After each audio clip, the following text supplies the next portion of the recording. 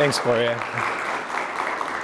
I started at SVC in January of 2015, and last year working with Susan Biggs, who handles the college's publicity for us, I was very fortunate to have an interview with Jane Lindholm on Vermont Public Radio about Shakespeare in conjunction with last year was both his birth date and his death date are traditionally associated with April 23rd. He was born in 1564 and died in 1616. And so I was interviewed on VPR about the practical uses of Shakespeare, and I was brand new at SVC at that time, and I'd been thinking a little bit about the role of the liberal arts in a very career-oriented institution, and it's something that I've actually thought about a great deal. All of my degrees are in English literature. When I went to college, I graduated in 1985. A lot of more career-oriented majors that are sort of current now didn't really exist, and most of them certainly don't exist at my undergraduate college even now. But I've spent a great deal of time thinking about the uses of things like the English major and the study of literature for students who are oriented towards careers. And this has become a particularly urgent issue, I think, in the last 8 years or so since the financial crisis in 2008. At that time, I was the vice president for academic affairs at a college in Iowa called Buena Vista University, which is the place where I was before here. And we served a student body that was pretty similar to the one at SVC in certain kinds of ways. Very, very high percentage of first-generation students, very, very high generation of students from families of sufficiently low income to be eligible for the Pell Grant. A lot of overlap there. And during the 6.5 years that I was the chief academic officer at BVU, one of the things that happened was that the traditional liberal arts programs there pretty much withered and all but died. This is not true at every college in the country, but it's true at almost every college that serves again, a population like SVC's, first generation and low income, because they've gotten more and more urgently concerned with the marketability of their college degrees. And I totally get that. I absolutely understand why that's true, but I think one of the real problems that we're facing now is moving students away from the skills and dispositions and inclinations that come with a more traditional liberal arts education, and we're probably heading back in a direction not unlike what was the case in the 19th century in England and to a certain extent in the United States as well, which is that, you know, elite people got to go to college and study, you know, theology and philosophy and music and astronomy and all of those kinds of things, and everybody else kind of apprenticed and went into a trade. And that's worrisome to me, because I think that a lot of the sort of keys to power and influence in American culture rest on the kinds of skills and dispositions and inclinations that come from liberal arts education. So at a school like SVC, where I'm now the president, we have to find ways to navigate between those somewhat challenging waters on both sides of us, so that we can deliver to our students maximum value and prepare them the best possible way to be successful. Just another couple of real quick things. My PhD is actually in later 17th century literature. I wrote about 1640 to 1715 is approximately the period when I did my dissertation work. And however, I've always worked at small colleges, and as anybody who's had any association with small college knows, you wear a lot of hats when you work at a small school. And as a professor, I ended up teaching a lot of things that I had not written formal scholarship about, Shakespeare being one of those. However, when I was in grad school, I did have a really nice opportunity. I got a scholarship from the English-speaking Union of Charlottesville, which was this charmingly reactionary group to foster understanding among the English-speaking people of the world, which I don't think meant the same in 1988 that it might now. But at any rate, I spent the summer in Stratford-upon-Avon at the University of Birmingham Shakespeare Summer School. They've got a very, very nice program that runs 7 or 8 weeks in Stratford. Got to hear a lot of world-renowned Shakespeareans talk about various kinds of issues. We had seminars. We got to see the entire summer season at the Royal Shakespeare Company, in my case about 3 times a piece. Went to those plays over and over again. And so that was tremendously helpful. And as a result of that, the first actual literature class I taught as a graduate student, I'd been teaching composition, the first actual literature class that I ever taught was a 200-level Introduction to Shakespeare class. So it's been kind of part of my thing for my entire career, and something that's been very important to me. And this is my undergraduate Shakespeare book, which I bought in the fall of 1983, and I've since actually taught out of it, so you can see. I just want you to see what it looks like inside. I've switched to another text. This one's not available anymore, but this is, as you can see, a very well-loved book from 33 years ago. Okay, I'm also going to apologize. I'm going to read this a little bit more than I normally do because I had an argument that I wanted to make sure I made, and it involves a lot of quotations, so I actually wrote this out, which I don't always do. And I know it's not always the most stimulating form, but I hope I engage your attention. In a famous early scene in Shakespeare's Henry V, the French Dauphin's ambassador, alluding to Henry's notoriety as a barfly in a wastrel, informs the king that the Dauphin believes, "You savor too much of your youth," and bids you be advised, "There's naught in France that can be with a nimble galliard one. You cannot revel into dukedoms there." Following these remarks, the ambassador delivers a casket of tennis balls to the king, claiming they are meeter for your spirit than the territories Henry has recently demanded upon ascending to the throne.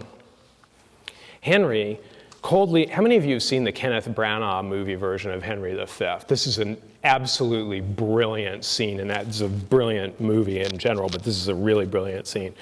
Henry, coldly infuriated by this mockery, reminds the ambassador that he understands the background of the Dauphin's scorn. And we understand him well, how he comes o'er us with our wilder days, not measuring what use we made of them.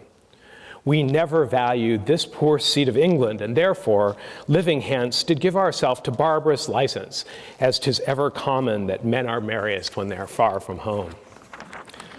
Henry reminds us of what outsiders, including his late father, Henry IV, and obviously the Dauphin, saw as his myth-spent youth hanging out in the East Cheap Tavern, sometimes known as the Boar's Head, with the likes of Sir John Falstaff, neither valuing the crown nor engaging in the activities a youthful prince ostensibly should to prepare to ascend the throne. Earlier, both historically and in terms of Shakespeare's dramatic output, in Henry IV, Part 1, the king, this is Henry IV now, engages repeatedly in invidious comparisons between then Prince Hal and the Earl of Northumberland's son Hotspur, quote, "a son who is the theme of every honor's tongue, amongst a grove the very straightest plant, who is sweet fortune's minion and her pride, whilst I, by looking on the praise of him, see riot and dishonor stain the brow of my young Harry." Henry is really disappointed in his kid. I don't have children, but I think everybody who's had a teenager has probably felt this way at some point. Hal's behavior is riot and dishonor. Hotspur, conversely, acts wholly in accord with Henry's conception of kingliness and martial decorum. Hal has been wasting his youth in useless behavior that is not preparing him to be a king. In fact, it is behavior that is seemingly leading him away from the throne, while Hotspur has been winning battles and collecting chivalric honors that make him appear to be a much more appropriate heir to the monarchy than the actual crown prince. Yet, As Henry V informs the Dauphin's ambassador, the Dauphin has underestimated the king's preparation by misunderstanding his days in the Eastcheap Tavern, not measuring what use we made of them. Audiences who have been following Henry's career since Henry IV Part 1 may recall that, in fact, he has been playing a long game that positions him for the throne far better than his tenuously legitimate father, who, as Bolingbroke, became king through a rebellion against the weak and feckless Richard III in the play of that title. At the end of Act 1, Scene 2, after his Eastcheap companions, this is in Henry IV Part 1, after his Eastcheap companions, having plotted the highway robbery that occurs in Act 2, Scene 2, leave the stage, Hal's soliloquy reveals the basics of this strategy. And this is I think, probably the most important speech in the entirety of the three Henry IV, Henry V plays. Hal says, he's alone on stage. This is very rare. There aren't a lot of soliloquies in the history plays, so this is a rare moment. He says, "I know you all, and will a while uphold the unyoked humor of your idleness. Yet herein will I imitate the sun, who doth permit the base contagious clouds to smother up his beauty from the world, that when he please again to be himself, being wanted, he may be more wondered at by breaking through the foul and ugly mists of vapors that did seem to strangle him. If all the year were playing holidays, to sport would be as tedious as to work. But when they seldom come, they wished for come, and nothing pleaseth but rare accidents. So, when this loose behavior I throw off, and pay the debt I never promised, by how much better than my word I am, by so much shall I falsify men's hopes, and like bright metal on a sullen ground, my reformation, glittering o'er my fault, shall show more goodly and attract more eyes than that which hath no foil to set it off. I'll so offend to make offense a skill, redeeming time when men think least I will." In short, Hal has been engaged in a deeply clever act of misdirection and inverted public relations, creating widespread, perhaps even universal, underestimation of his legitimacy and merits. This underestimation reaches its first apotheosis in Act 5, Scene 4, when Hal meets Hotspur on the battlefield and kills him in single combat as Hotspur laments that he, quote, "would to God thy name in arms were now as great as mine," presumably because he thinks that he will not get much credit for his victory over such a weak opponent. The second apotheosis, of course, is the ambassador's gift to King Henry V and the king's subsequent utter conquest of France, an outcome that both avenges the Dauphin's insult and indicates that God has forgiven Henry his father's sin encompassing the throne. That's a whole other line of story in the play. I've dwelt with this narrative at length I have dwelled on this narrative line through the plays for two reasons related to the subject of my talk this evening. The first is the story of Prince Hal and then Henry V's brilliant manipulation of his image is an outstanding case study in political skill and public relations, what we might now call image management. And as such, it merits close attention from anyone interested in politics, history, or the media, even absent a compelling organic interest in Shakespeare's works themselves. The current presidential election process, for example, certainly shows how a fictional study like Shakespeare's can illuminate political maneuvering, the way opponents estimate or underestimate each other, and the stakes involved in misunderstanding one's enemy's skills and savvy. And I can't help but remark here on the way last summer people were talking about Donald Trump and how everybody thought he was just going to explode into flames at some point and go away, which looks like he might be in the process of doing now, but it's taken a lot longer than anybody expected. And this is a pretty clear example of the same phenomenon that everybody looks at him and assumes he's one thing.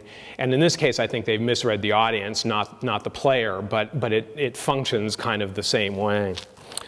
The second reason for looking at this passage or this narrative is actually probably more important and rests in the way Hal's and then Henry V's overall strategy demonstrates that things or actions that on their face do not look to have much utility or efficacy can, in fact, turn out to be extremely powerful practical tools.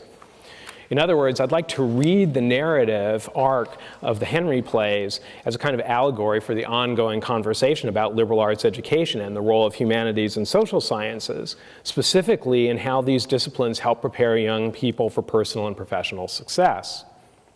The current, as I've already suggested, the current economic climate has shaped public discussion, particularly since the financial crisis in 2008-2009, to emphasize colleges' need to demonstrate the practical value of the education they make available.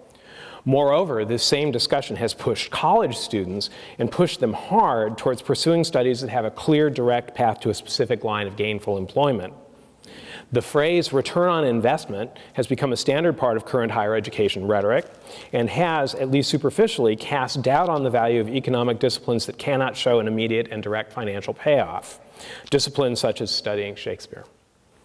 Even President Obama's somewhat abortive attempt at creating a college scorecard placed substantial emphasis on graduates' earnings, which are inarguably important. I would never argue that the salary that new college graduates get is something that doesn't matter. They're definitely important, but which, taken as the primary data point, which Obama pretty much did, stunt and flatten the aims of higher education. This is not the place to get into the myriad issues with the scorecard's data. I could spend all night on that. If you buy me a beer, I'll tell you about it sometime. Nor more broadly into the complex linkages between academic choices and economic outcomes. But it is worth pointing out that first, linking college major directly to salary and then tagging postgraduate earnings as among the most significant measures of a particular college's success contributes directly to driving students towards more obviously pragmatic majors and degrees, and certainly discourages colleges from emphasizing the liberal arts. And if you go to any one of those, Forbes does this, US News does this, a number of other popular magazines do these surveys of graduate salaries and the average graduate salaries, and particularly when they don't disaggregate it by major, what it does is vastly, vastly privilege schools that do nothing but engineering. Because engineers, from good schools, their starting salary is often, $80,000 or $90,000 a year, and which is, of course, fabulous. But so you have a school that is of pretty clearly comparable academic quality to another school, and that other school is nothing but English and history and art history majors, and the other one's English, and the English majors are getting $40,000 if they're lucky, and the engineers are getting $80,000. And it suggests that English major school is failing. It makes a pretty clear case, I think, in the terms and the values that it lays out, that school is failing. And I think that's pretty problematic. It also discourages schools from offering programs in things like social work, which are incredibly important jobs but don't pay very well, or education, also an incredibly important job that doesn't pay very well. So there are a lot of problems with looking at it this way. Back to Shakespeare. Well, not exactly. Back to Marco Rubio. You may recall that during a Republican presidential debate on November 11th, 2015, then candidate Marco Rubio commented that, quote, "Welders make more money than philosophers. We need more welders and less philosophers." And I'm only briefly going to criticize the fact that Senator Rubio does not know that that word is fewer, not less. His comment, of course, caused considerable dismay in many sectors of the educational community and reflects a current tendency to take easy pot shots at more or less any form of liberal arts education. You'll also remember President Obama's truly horrible remark about art historians, and frankly, he should know better. However, ironically, in an article in Forbes, there's documentation that while the United States is indeed undersupplied with welders, and welding is actually quite a good job, actually philosophers and even philosophy majors do make more money than welders do. This is Forbes, right? So it's not, some squishy leftist journal, it's Forbes. So here's a quote from Forbes. "Let's start with the Bureau of Labor Statistics and assume that philosophy teachers are the closest things our society has to working philosophers," which is a pretty safe assumption. "Welders made an average of $40,040 in 2014, and post-secondary teachers of philosophy and religion made an average of $71,350 that same year. In other words, a philosopher made 78% more than a welder in 2014. Now, this is partly flawed data because the other thing that's not said there is you can be a professional welder with a one-year certificate from a community college or a technical school, whereas being a post-secondary philosophy professor or a post-secondary philosophy teacher requires a PhD, which involves huge sunk costs, as anybody who has one will tell you. But nevertheless, I mean, on a strictly economic standpoint, philosophy professors make more than welders. The Forbes article continues, perhaps Rubio meant that philosophy students make less than welders, just students, not professors. That's not accurate according to pay scale. Graduates holding an associate's degree in welding start out with lower pay than college grads with bachelor's or master's philosophy degrees. They also make less throughout their careers. In other words, Senator Rubio's easy and careless assumption that welding, a perfectly honorable and obviously practical discipline, is a better route to economic security than philosophy is not necessarily true. Similarly, Henry IV's response to Hal's behavior demonstrates that the king believes there is no value, at least in his particular terms, to Hal's spending time in the Eastcheap Tavern, perhaps the medieval royal equivalent of majoring in philosophy. In Act 1, Scene 2, right after Henry's invidious lament comparing the prince to Hotspur, we are shown an example of Hal's behavior, including his playfulness and raillery with his friends, his seeming complicity in the robbery plot, and his apparent willingness to mock his own status as crown prince, initially leading us to share the king's impressions, but only until Hal reveals his true motives and overall goal in the soliloquy that I've already discussed. Several scenes later, back at the tavern after the robbery, Hal has a quick conversation with another denizen of the bar named Poins, who asks him where he has been. The prince replies, and this is the quotation that's in prose on your handout, with 3 or 4 loggerheads amongst 3 or 4 score hogsheads. In other words, he's been with a bunch of idiots down in the cellar with the barrels of beer and wine. I have sounded the very bass string of humility. Sirrah, I am sworn brother to a leash of drawers and can call them all by their christened names as Tom, Dick, and Francis. They take it up already upon their salvation that, though I be but Prince of Wales, yet I am king of courtesy, and tell me fatly I am no proud jack like Falstaff, but a Corinthian, a lad of metal, a good boy, by the Lord, so they call me, and when I am king of England, I shall command all the good lads of Eastcheap. In the prince's comment that, quote, I am sworn brother to a leash of drawers, and again in his prediction that when I am king of England, I shall command all the good lads of Eastcheap, fans of Henry V will hear the pre-echo of Henry's stirring speech before the decisive Battle of Agincourt, whose peroration harks back to this seemingly throwaway moment in the earlier play. We few, says Henry, they think they're going to all be killed, right? There's like 27,000 French people and 1,000 English people, and they've been marching for weeks, and they're sick, and they have no supplies, and they're hungry, and they're freezing, and they feel terrible. And here are the French, and they're all spit and polish, and have eaten very well and drank good wine. And the English, they all think they're going to die. There's a scene the night before where Henry goes out and in disguise and visits with the people in the camp, and clearly they all think it's over. And so he's seeking to reinvigorate and raise their spirits for this battle.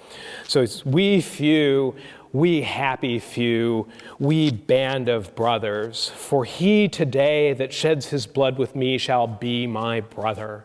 Be he ne'er so vile, this day shall gentle his condition, and gentlemen in England now abed shall think themselves accursed they were not here, and hold their manhoods cheap, whiles any speaks that fought with us on St. Crispin's Day.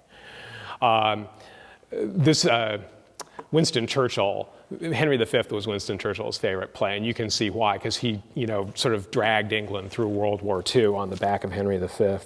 How many of you have seen the Laurence Olivier film version of Henry V? It's really interesting to compare that one with the Branagh version, because the Laurence Olivier one plays up the pageantry, plays up the comedy in the opening scene with the bishops and the Salic law speech and everything. And, Branagh's is very clearly sort of a post-Vietnam retake on the play.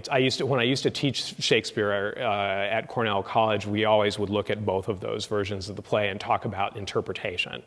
But anyway, this is a really, terrific speech, and of course one of the most famous things in Shakespeare. In my reading of The Path from Henry IV, Part 1 to the climax of Henry V, the key point is that Prince Hal's apparently wasted time in the Eastcheap Tavern, which to essentially everyone seems to be a diversion from the real work of preparing to be king, in fact, turns out to be the foundation on which he builds his remarkable triumph. The fact that he knows the people from hanging out in the bar is what enables him to have this speech in Henry V. I don't think there's any doubt about that. So it ultimately, the arc of the three plays leads to this moment. There are some other problems with that, like the way he rejects Falstaff in Henry IV, Part 2, and some other things. But regardless of that, I think the basic story is really important. At the same time, Hotspur's martial prowess, his conventional and widely endorsed pursuit of the conception of honor at any cost, quote, to pluck bright honor from the pale-faced moon or dive into the bottom of the deep where fathom line could never touch the ground and pluck up drowned honor by the locks, so he that doth redeem her thence might wear without co-rival all her dignities. That's what he says. This turns out to have been a fool's errand when he is fatally outmaneuvered by the prince. In Gary Taylor's book, Reinventing Shakespeare, which examines the way his plays have functioned in culture since the restoration of King Charles II in 1660, Taylor considers his brilliant fellow critic Stephen Greenblatt's technique of locating the plays in the context of much more obscure writers and incidents from cultural history as a mode of renewing our understanding of and interest in these texts. Taylor argues, Greenblatt needs these novel characters because Shakespeare himself can no longer hold our attention. Laboratory studies of the psychology of perception demonstrate that we simply stop seeing an object if it remains in our visual field for a long time without changing or moving. Basically, we notice only difference. In a homogeneous and static universe, we would be senseless. Criticism must therefore find a way of making us see Shakespeare's play in a new way, from a different angle, if we are to see them effectively at all. This is a sophisticated way of saying that Shakespeare's plays, which are almost certainly the most widely known texts in the Anglo-American literary tradition, need to be given new relevance as time passes, lest they be frozen in the amber of mere antiquarian interest or disappear into the mists of contemptuous familiarity. This task is even more urgent now than when Taylor wrote Reinventing Shakespeare in the late 80s, given that the value of the entire complex of disciplines underwriting Shakespearean criticism and even Shakespearean study itself has come under serious skeptical attack as being essentially useless. As you have already seen, I want to upset and complicate the idea of usefulness when it comes to the study of Shakespeare. The example of Prince Hal's evolution into the brilliantly successful King Henry V, based on activities and behaviors that everyone else who encounters him early in his career think are useless at best and negligent at worst, provides a Shakespearean basis for the argument that utilitarian calculations are not always that obvious. With great talent and a strong grasp of the nature of his situation, Prince Hal finds a way, seemingly against tremendous odds, to defeat the militarily far more experienced and dangerous Hotspur, a gesture that is recapitulated on operatic scale in the battle of the English and the French at Agincourt, Henry V. His time in the Boar's Head gives him the knowledge and earns him the friendship and support of the good lads of Eastcheap when he needs them most, again facing ostensibly insurmountable odds against the numerically vastly superior French forces at Agincourt. Thus, one way we can see Shakespeare anew is to think in some specific cases about how his plays help us think through certain contemporary issues or dilemmas. This kind of analysis does not require a naive identification with the characters in the play, as Elliot Eisner says, to, quote, step into the shoes of others and experience vicariously what we have not experienced directly. Nor does it rest all that heavily on Frank Palmer's idea, summarized by John Carey, that, quote, an important function of literature is that it strengthens our moral imagination by teaching us what it would be like to be someone else. This is a kind of 19th and early to mid 20th century justification for the study of literature, that you sort of step into the life of another character and, broaden your experience that way.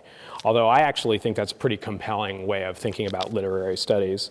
And I think, it's certainly done right leads to, can help lead students to develop a broader empathy and a sense of other people's experiences, even if they're not actually legitimately inside another person's experience.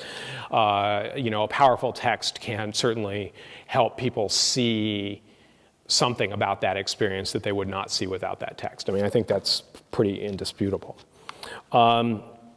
Rather, Shakespeare's plays can be used to prompt thought experiments about any number of human concerns, regardless of whether we have a true vicarious experience of that particular challenge or not.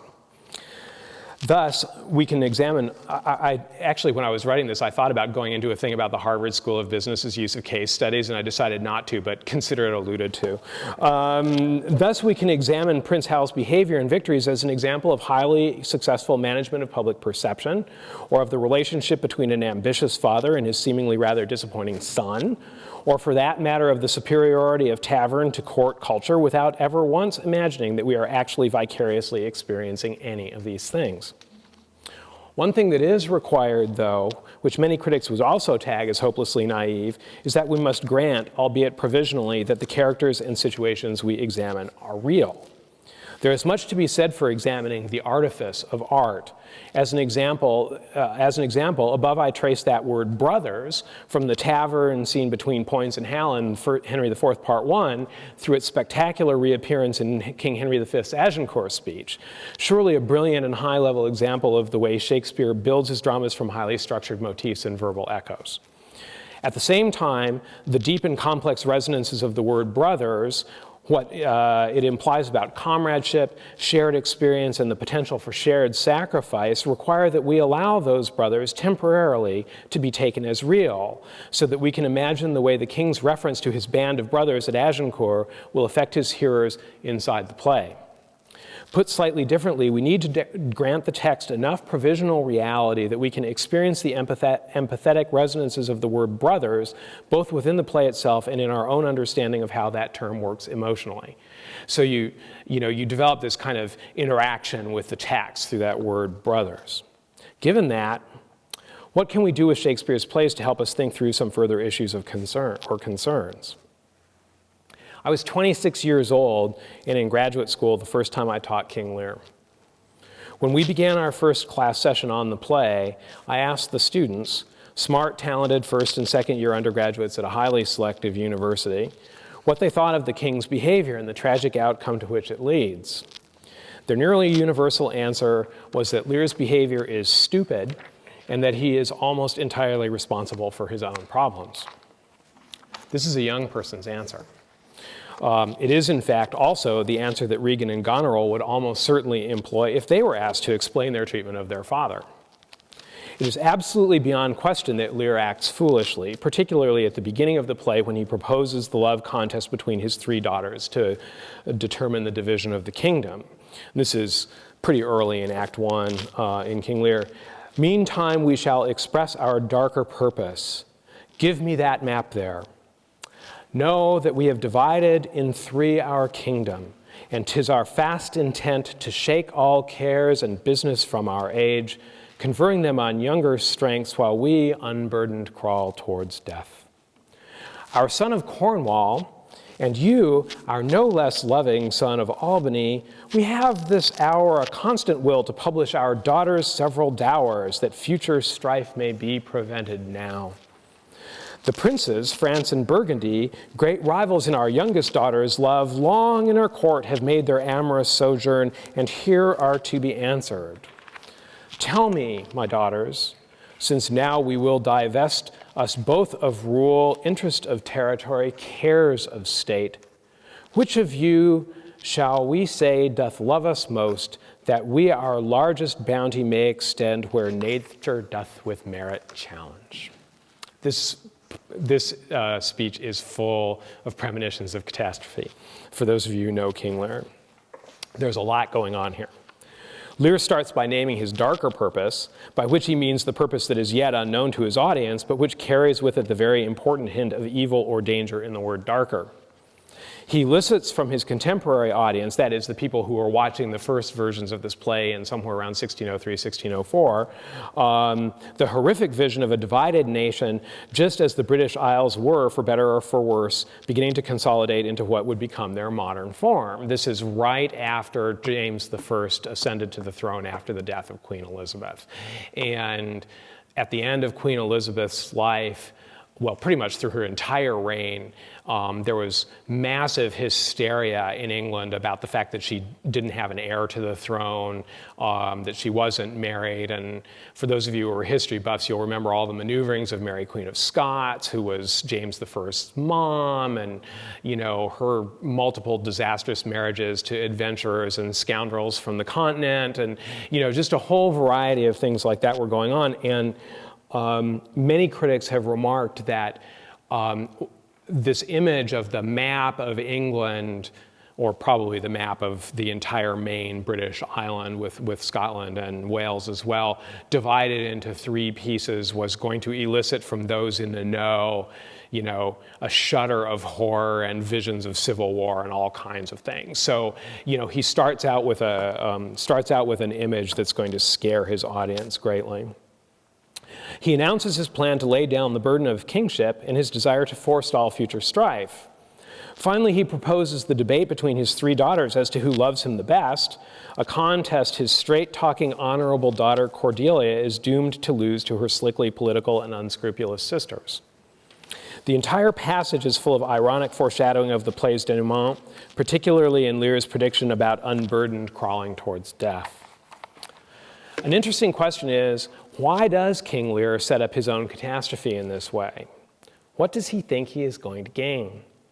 His loyal friend Kent is the only person besides Cordelia who dares refuse to play the king's game, and his reward is instant banishment on pain of death, which suggests that Lear has spent a considerable amount of time planning his retirement, has made his final determination, and does not want his plans to be challenged, which in turn sort of perversely throws into question why he stages this whole drama in the first place. Because if he, it's pretty clear that he wants to give Cordelia the sort of filet mignon of England, and he loves her the best and has reservations about Goneril and Regan, and yet he does this thing anyhow, which is another argument for, the foolishness or stupidity of what he's doing. An even bigger question is why Lear, who presumably has had lifelong interactions with all three of his daughters, does not know them better. And why he so readily throws over his favorite daughter, Cordelia, when it is flagrantly obvious that she is the only one of the three whose statement of her love for him is sincere and honest. I love you according to my bond, no more, no less, is what she says to him. The play is, why do my sisters have husbands when they claim to love you most? Is what she says, which is all, completely true. This play is completely silent on all of these matters, leaving us to imagine a backstory that helps us make sense of the king's actions. It is, in other words, not illegitimate to characterize King Lear's actions as stupid. As critic Marjorie Garber has noted, quote, "This is a purposeful fall, a fall by choice, and this choice is one whose motivations are somewhat murky and disconcerting." Lear is, however, obviously not a stupid man, only a man acting stupidly. His actions rather suggest a number of things that are poignant even before they eventuate in his spectacular tragedy. First, he wants to retire, and to do so, wants to make sure he has wrapped up all his business. He has no sons, and the rule of primogeniture is not in force, so the obvious, customary, and easy answer concerning the disposition of the kingdom is not available to him. Instead, apparently driven by some idea of fairness and equity, he wants to divide the kingdom into three to prevent future strife among his daughters, and perhaps more broadly among various factions in the state as a whole. Moreover, while Cordelia is clearly Lear's favorite, our joy, destined for, quote, "a third more opulent than your sisters," Goneril is his eldest child, and therefore, by at least one potential interpretation, technically the most entitled to inherit the kingdom. Thus, and this will be reminding everybody of Queen Elizabeth, back in 1558 when she came to the throne, when they're looking at all these things. Thus, if the king wants Cordelia to get anything at all, the only apparently viable choice may be to divide the kingdom into 3 parts, 1 per daughter. Finally, in simple human terms, King Lear, perhaps knowing that he is dying, certainly knowing that he is giving up the regal power that has defined his life, simply wants to know that his daughters love him. In human terms, apart from the implied politics of Jacobean kingship, King Lear's request that his daughters articulate their love for him makes perfect sense. Lear also believes that he is operating in a world in which it is safe to assume that words have some actual connection to real meaning, and that, therefore, he ought to be able to take at face value Regan and Goneril's flowery speeches characterizing their love for him. In fact, he is desperately invested in accepting their sincerity. He, or at least the culture of his court, is perhaps responsible for his kingdom's deviation from that ideal, though the text contains no definitive evidence either way. However, one of the more interesting thematic threads in the play involves how language can be reconnected with honest meaning, reducing the risk of the kind of catastrophic reliance on false rhetoric that is one of the precipitating elements in Lear's downfall.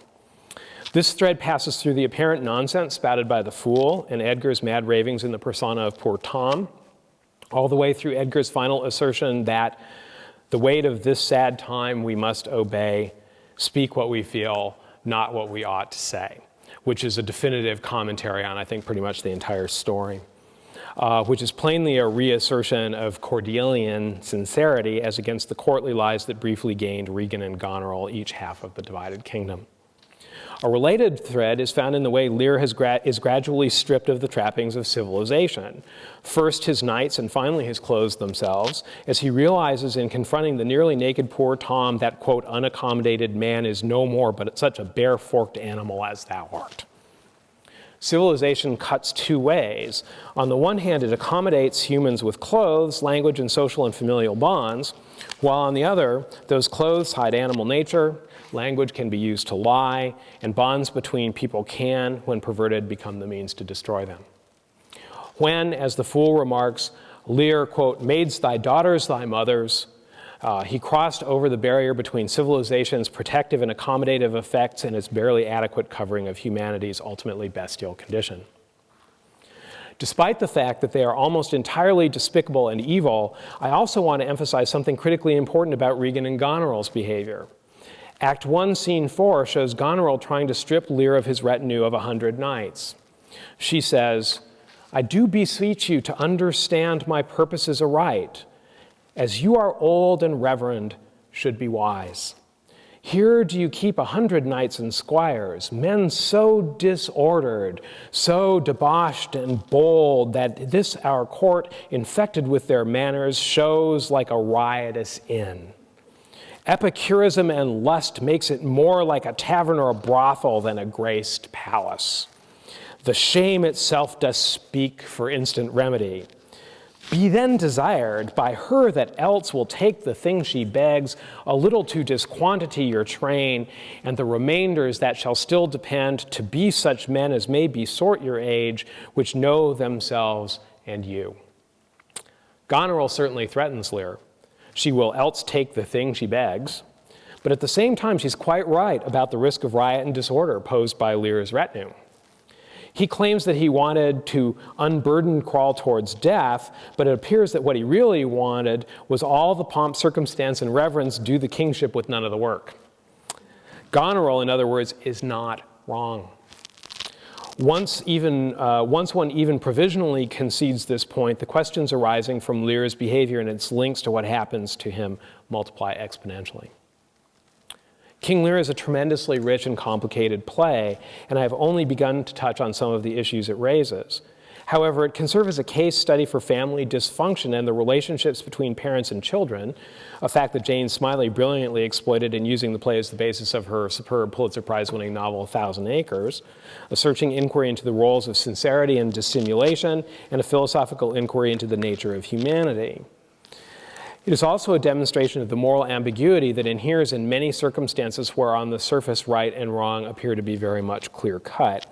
Let me step back just a little bit from this. When I was interviewed on VPR and I was thinking about what I was going to say to Jane Lindholm, I don't know how many of you have done this, but if any of you have put a parent in a nursing home, you will recognize exactly everything that happens in King Lear. My mom, the week that Ursula and I were moving to Oklahoma when I was going to be the Dean of Arts and Sciences, she had emphysema and she had a health crisis and she had to go into a nursing home. She never came back to her apartment. And we were getting ready to move from Georgia to Oklahoma. We were, actually in Oklahoma buying a house when this happened. We weren't even at home in Georgia. And we had to, manage all of her stuff and, just deal with closing up the apartment back in Minneapolis. So it was a giant triangle, Minneapolis, Georgia, Oklahoma City. And I remember really well thinking a lot about King Lear because my mom, who was, not a crazy old man, nevertheless, for the rest of her life, she was there for about 2.5 years. She, always wanted her stuff. And we'd had to have it packed up and put into storage. It wasn't even in a storage unit. It was a moving and storage company, and we had to move it, so we couldn't even get to it, basically. And she wanted these things, and she was sort of a hoarder, so there were hundreds and hundreds of boxes of stuff. Like I say, you talk to 20-year-olds about this, it's one thing. You talk to 50-year-olds about it, it's quite another. If you've had that kind of experience and you start seeing what's going on a little bit with King Lear.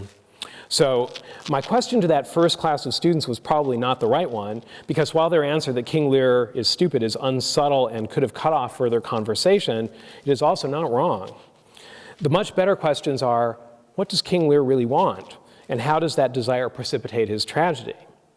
This question, in turn, begs many others that both help unpack the complex functioning of the play's text and cast disconcerting, sad life on the ambiguities of human interaction. Engaged constructively, King Lear helps us think about issues that affect most everyone on some level, and thus creates an opportunity to understand the world's operations better. Let me look more briefly at The Tempest to consider further how Shakespeare's plays can be used to raise valuable, useful questions for students who are interested in any potential career.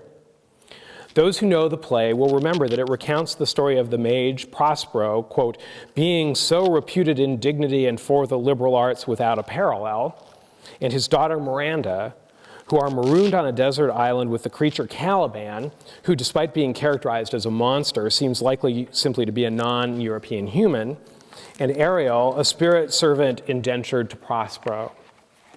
When Miranda was a baby, she and her father were forcibly sent to exile on this island by a conspiracy of Prospero's brother Antonio and Alonso, the king of Naples. With Alonso's help, Antonio usurped the dukedom of Milan from Prospero, whom he claimed spent too much time in his library studying magic and therefore not enough minding the affairs of state.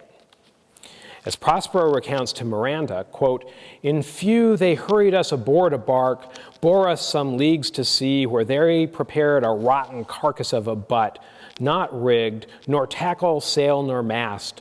The very rats instinctively have quit it. Gonzalo, an honest old counselor, as the dramatis personae have it, made sure to put Prospero's most treasured books into the boat, which enabled him to continue his studies and develop his magic on the island.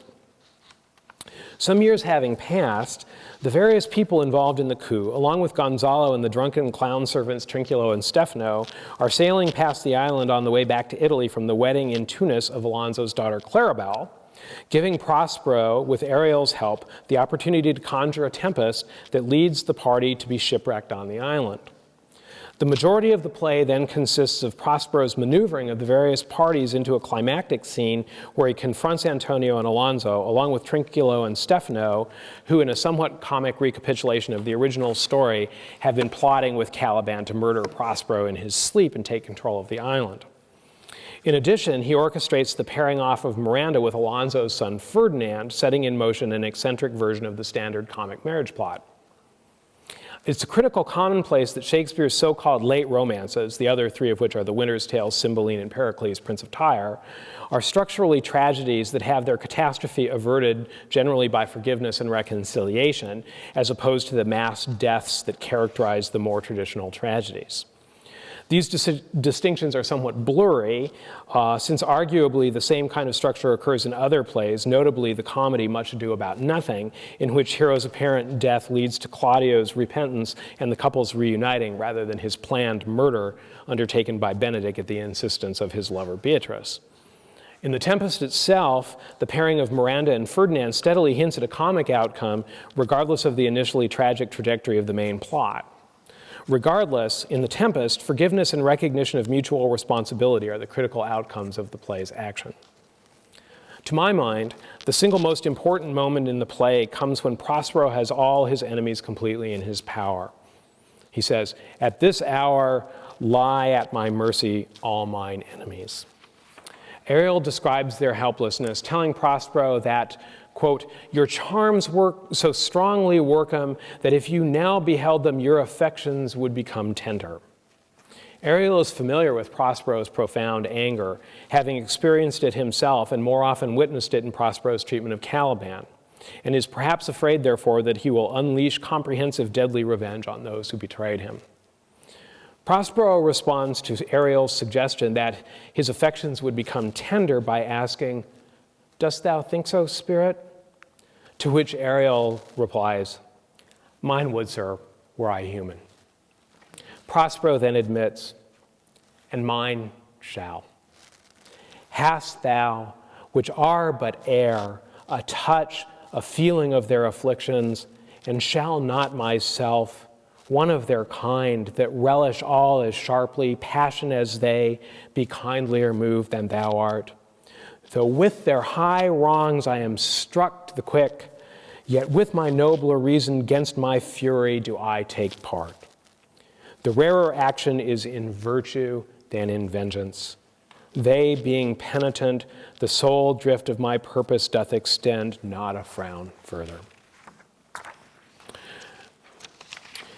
I've been fortunate to see several productions of The Tempest, including one that summer, 1988, when I was in Stratford, saw it 3 times. And it is interesting to consider how each has handled this scene. In some instances, Prospero's interchange with Ariel is presented to suggest that Prospero has intended all along simply to obtain an admission of guilt from Alonso and Sebastian, coupled with some gesture of repentance for their initial betrayal of Miranda and him in Milan. So in other words, the whole thing is just staged to get him there so he can make them say they're sorry. It's like some sort of elementary school principal's office situation. The much more interesting and strong interpretation, though, is one that shows Prospero changing his mind when he understands that the non-human Ariel is in fact more humane than he is, as he contemplates killing the enemies he has at his mercy and thereby perfecting his revenge. This reading moves the play very close to its potential as a tragedy, and it increases its emphasis on mercy and reconciliation as critical components of functioning human community, an emphasis further clarified when Caliban re-enters and Prospero famously admits, "This thing of darkness, I acknowledge mine." Because all through the play until this point, he has rejected Caliban and claimed that everything about Caliban's behavior has been Caliban's fault and the result of his perverted and broken nature and all this kind of thing. And then finally, at the end, I think he sees, based on this interaction with Ariel, that, one of the reasons Caliban is so problematic and so sort of disruptive is because he's been treated really badly, which is a claim that Caliban makes all along. There's that wonderful scene early in the play when he reminds Prospero about how he showed him all the things on the island and taught him all the things and how to snare the nimble marmoset and all that stuff. So so there's at least some potential reality in Caliban's claims about this. So anyway, it's all very important. As an allegory and enactment of forgiveness, diverting the impulse to revenge, The Tempest asks its audience to consider both the justice of Prospero's grievances and his own role in creating his predicament on the island. By his own admission near the beginning of the play, Me, poor me, my library was dukedom large enough. And he had been neglecting his state responsibilities enough that Alonso and Sebastian were able to complete their plot against him without him ever knowing it was coming. To say that Prospero is responsible for his own exile is probably less counterintuitive than admitting that Goneril is right about the unruly chaos of King Lear's retinue, but it certainly adjusts our understanding of the play and suggests that Prospero's forgiveness of Alonso and Sebastian involves at least some component of forgiving himself and acknowledging his unwitting, though culpable, complicity in their plots against him. As with King Lear, there are a number of other things going on in The Tempest as well. Most notably, its oft-discussed consideration of the power of art, and among more recent critics, its potential as a narrative of European colonization. It's the only play in all of Shakespeare that actually has an original plot. Every other play in Shakespeare comes from a source text that's identified. But there's a reference, and I can't remember who says it, but somebody refers to the still vexed Bermuths at some point in the play. And there's a source from a narrative of an expedition from 1611-ish that underlies this story. There are some Europeans who kind of found themselves on an island, and so Shakespeare sort of seems to have invented this entire story out of more or less whole cloth there. From a practical standpoint, the play's presentation of forgiveness and revenge insists on engaging the audience's moral sensibilities in a robust analysis of responsibility and mercy. While this analysis is not as directly pragmatic as what might be taught in, say, an accounting or nursing class, it raises issues that accountants and nurses should certainly be considering in their professional lives. An education that cannot make room for this consideration is, I think, not worth pursuing, and impoverishes even as it may lead directly to economic advancement. The world is complex, and any study that impels people to consider and grapple with complexity has a practical use that transcends the basic nuts and bolts of any professional education. Shakespeare's plays are particularly complex, as I hope I've successfully shown even by touching on this small sample I've discussed this evening.